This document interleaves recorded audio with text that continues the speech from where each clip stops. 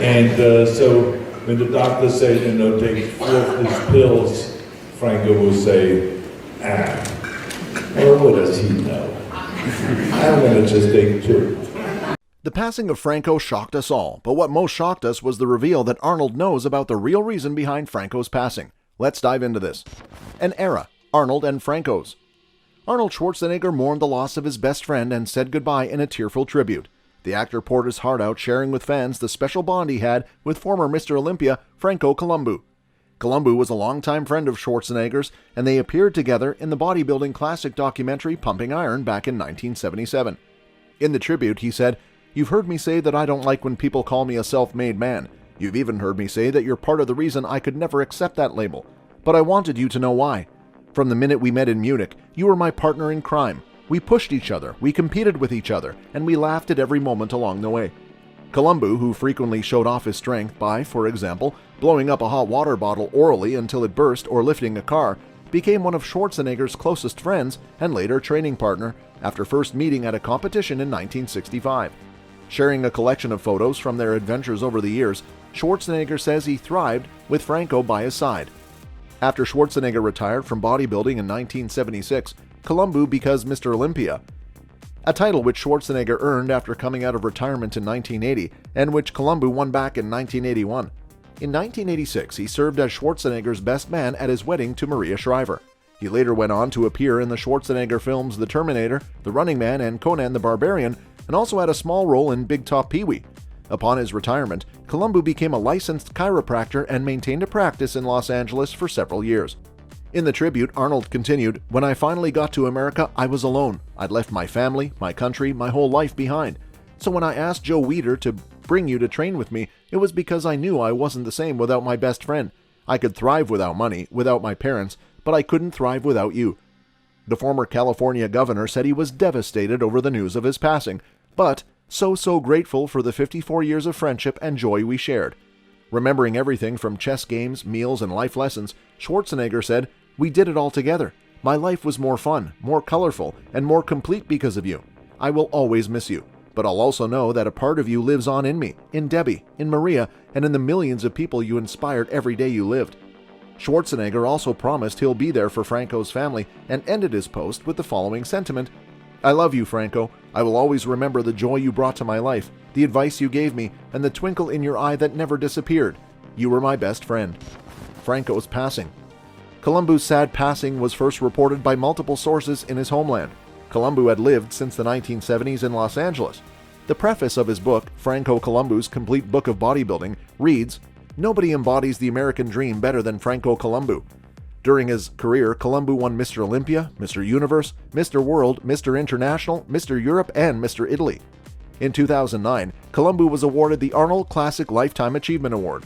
Columbu was also in the Guinness Book of Records in 1978 for his ability to burst a hot water bottle by blowing into it in 55 seconds. Columbu was inducted into the International Federation of Bodybuilding Hall of Fame in 2001. The world records set by Columbu, according to his website, are bench press 525 pounds, squat 655 pounds, and deadlift 750 pounds. Multiple reports said that Columbu drowned while swimming at the beach in the town of San Teodoro in Sardinia at around 2 p.m. local time. Other reports say that Columbu suffered a heart attack while swimming. Emergency services airlifted Columbu to a local hospital where he was pronounced lifeless. Arnold confirmed this information when, in an interview, he made the following statement: "I got the message from his wife that he passed away on a beach in Sardinia. He donated bells for the local church, so they had a big celebration with the mayor, and then 2 days later he was walking on the beach, and all of a sudden he fell over. He had a heart attack." Unknown secrets about Franco Columbu. Did you know Franco Columbu was a chiropractor?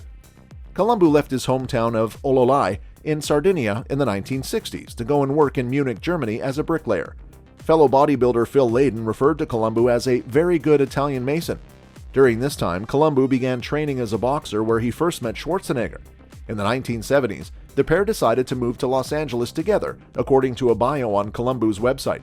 In his later years, Columbu became a chiropractor and nutritionist in Los Angeles. Columbu wrote several books on nutrition and fitness, including Weight Training and Bodybuilding, a complete guide for young athletes.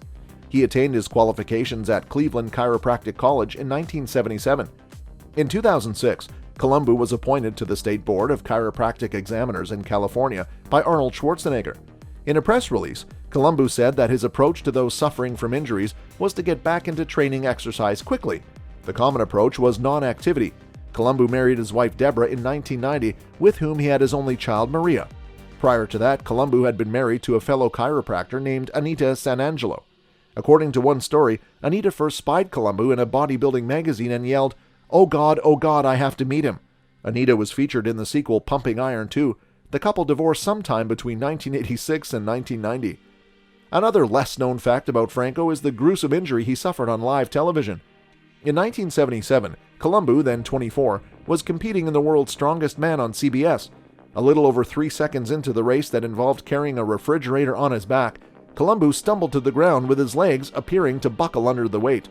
When interviewed, Columbu maintained that his leg wasn't broken, saying, "I know it's not broken. I'm a chiropractor myself and I saw it was dislocated." The biggest problem is that it is uncomfortable, but it's not too much pain. Columbu wound up placing 5th in the competition despite the gruesome injury. He attributed the injury to try to run too fast. The competition was eventually won by Bruce Wilhelm. According to the Strongest Man website, Columbu took 3 years to fully recover from the injuries he suffered that day. Did you know that Columbu was credited as the director of the movie Within a Movie in Last Action Hero Play? In Arnold Schwarzenegger's 1993 movie Last Action Hero, Franco Columbu is credited as being the director of the fictional Jack Slater movie series. According to Columbu's IMDb page, Columbu is due to star in a movie titled Constantine the Great alongside John Savage. On his official website, Columbu says that he produced and directed a documentary on Sardinia titled Sardinia, the Greatest Isle of the Sea. Columbu operated a production company as well, Franco Columbu Productions.